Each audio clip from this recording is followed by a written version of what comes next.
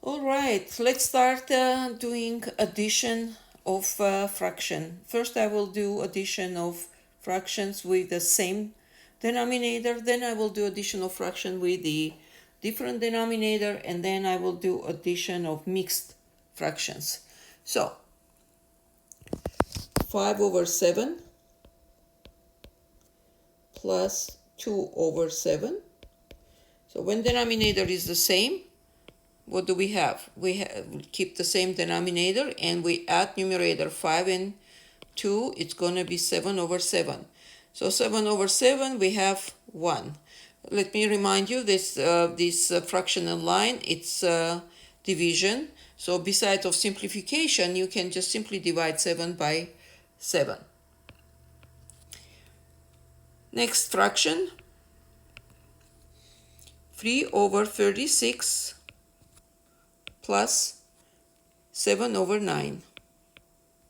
So before, when you see different denominator, first thing you want to check if one denominator can be divided by another denominator. So in my case, it's 36, biggest denominator. So I'm checking if 36 I can divide by 9. Yes, I can divide by 9. So I look no further, and 36 is going to be my denominator. 36 divided by 36, here I am getting 1. And 36 divided by 9, I am getting 4. So what do I get here? 1 times 3 is 3. And then 4 times 7 is 28. So, and the result is 31 over 36. Okay, another one. 9 over 16 plus 5 over 11. So here we have prime number. Remember, prime number, it's a number that you can divide only by 1 and by itself. That's it. So when we hit prime number, then we can't find any different denominator other than multiplying by each other. So 16 times 11, it's going to be 176. So 176 divided by 16, it's going to be 11, obviously, because 16 and 11. So if this is 16, here is 11. Here we have 11 divided by 176 divided by 11, we get 16.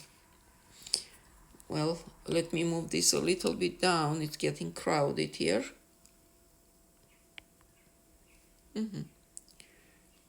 Oh, okay, there's 6 left.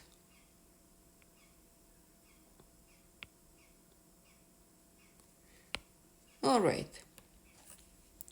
So 16.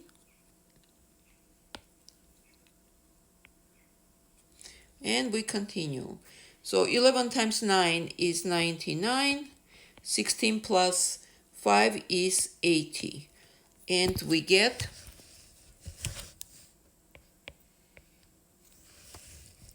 99 plus 80. So 9 plus 0, it's going to be 9. And 9 plus 8, it's going to be 17. 179 over 176. Since our numerator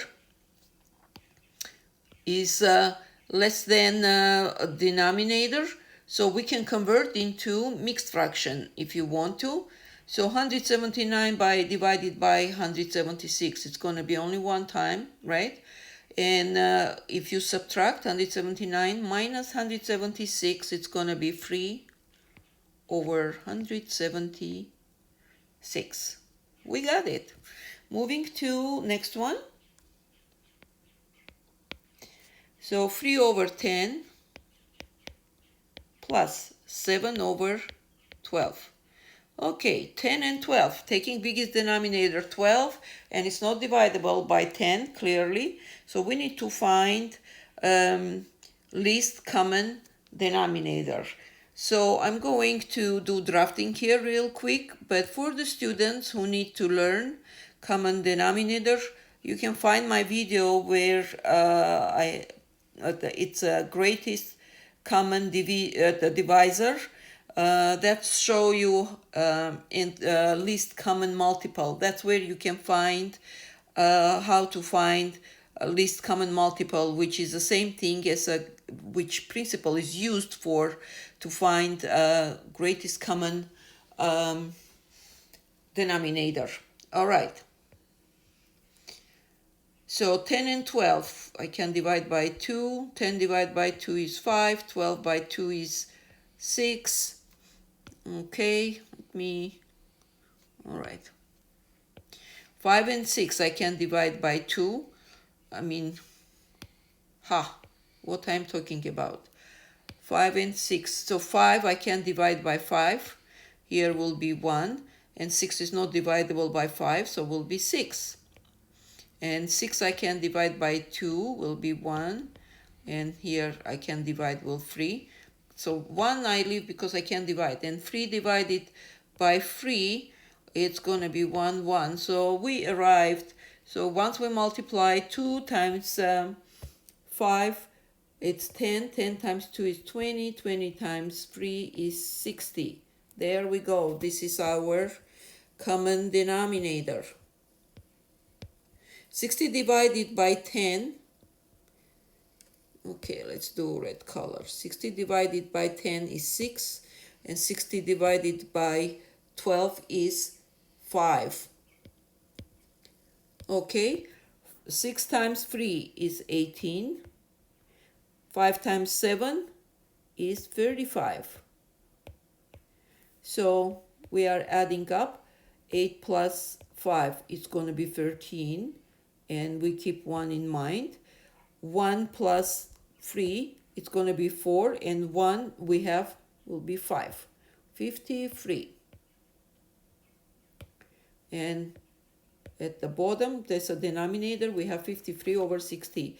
We are checking if we can simplify this fraction. 53 and 60. No, we can't simplify. So we leave it alone. Moving to next example. Okay. So 7 over 34 plus 5 over 51. So what is going to be common denominator for 34 and 51? Here I put parentheses, by the way, comma, but you don't have to put comma. It's not necessary. So 34, we can divide by 2. It will be 17. And 51 is not dividable. We leave it alone. 17 is a prime number. Can be divided only by itself. So here is 1. 51 divided by 17 is 3. So we are done with 1. So 3 you can divide by 3. You get 1 and 1. Okay. So 2 times 17, it's going to be 34. 34 times 3, it's going to be 102. Here we have 102. All right, 102 divided by 34, it's going to be 3 times. 102 divided by 51, it's going to be twice. So 3 times 7, it's 21, plus 2 times 5 is 10. And that is going to be equal. 1 and 0 is 1.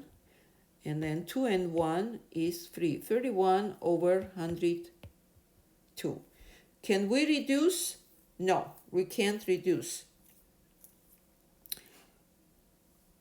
They don't have anything in common to reduce. All right. Now let's add 3 fractions. So 1 over 5 plus 3 over 10 plus 7 over 20. Okay, we are taking, remember what I said, we are taking the greatest denominator and checking if we can divide by other 2. Okay, 20 I can divide by 5, will be 4. 20 I can divide by 10, will be 2. So common denominator, easy enough, it's going to be 20.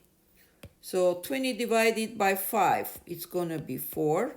20 divided by 10, it's going to be 2. And 20 divided by 20, it's going to be 1.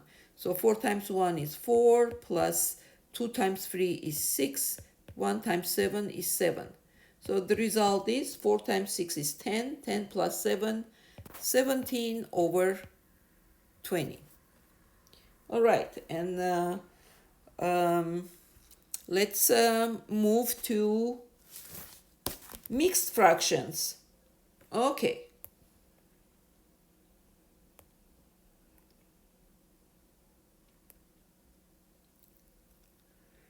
So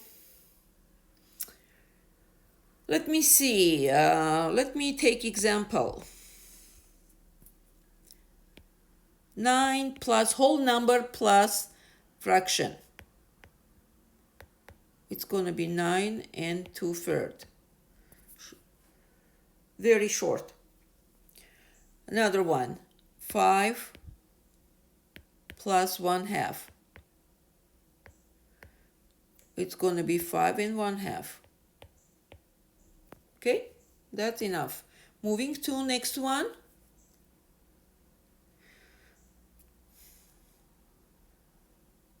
Well, let me see. I could change the color so we would see where we started working with mixed fractions. There we go.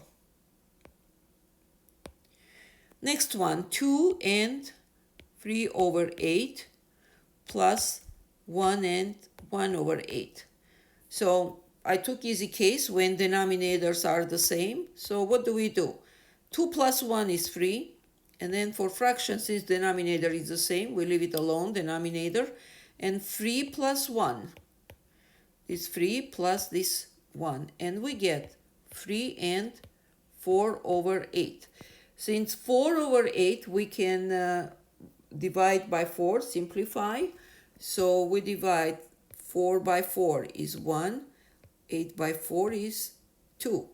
And the final answer is going to be 3 and 1/2. No matter what answer you get, you always check if you can simplify, guys. Next one, 2 and 3/7 plus 5 and 3/14. Okay, 2 plus 5, let's take care of whole number right away, is 7. Now we add 3/7 plus 3/7 plus 3/14. So 7 and 14, clearly we can see 14 is going to be our common denominator.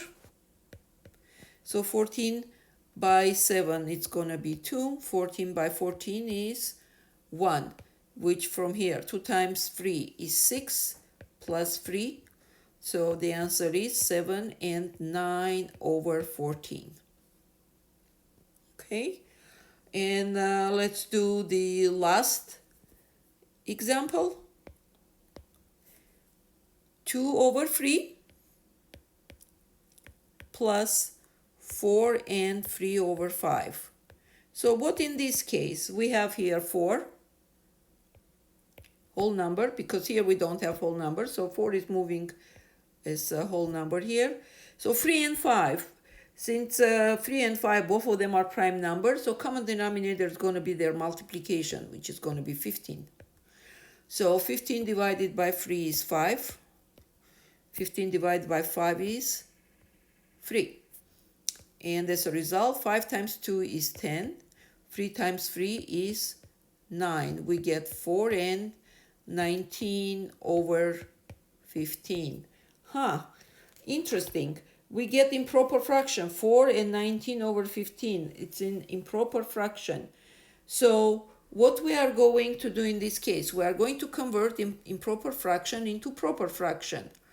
19/15. So what do we have? 19 divided by 15 is 1 time. Remainder is going to be 4. Remainder comes here. Denominator stays the same always. So, and we have also 4. Remember from this example here, 5 plus 1/2 equal 5 and 1/2, which means I can write down 5 and 1/2 is equal 5 plus 1/2, right? So but using this principle here. So, and I have also the 4, so 1 plus 4 is going to be 5, and 4/15.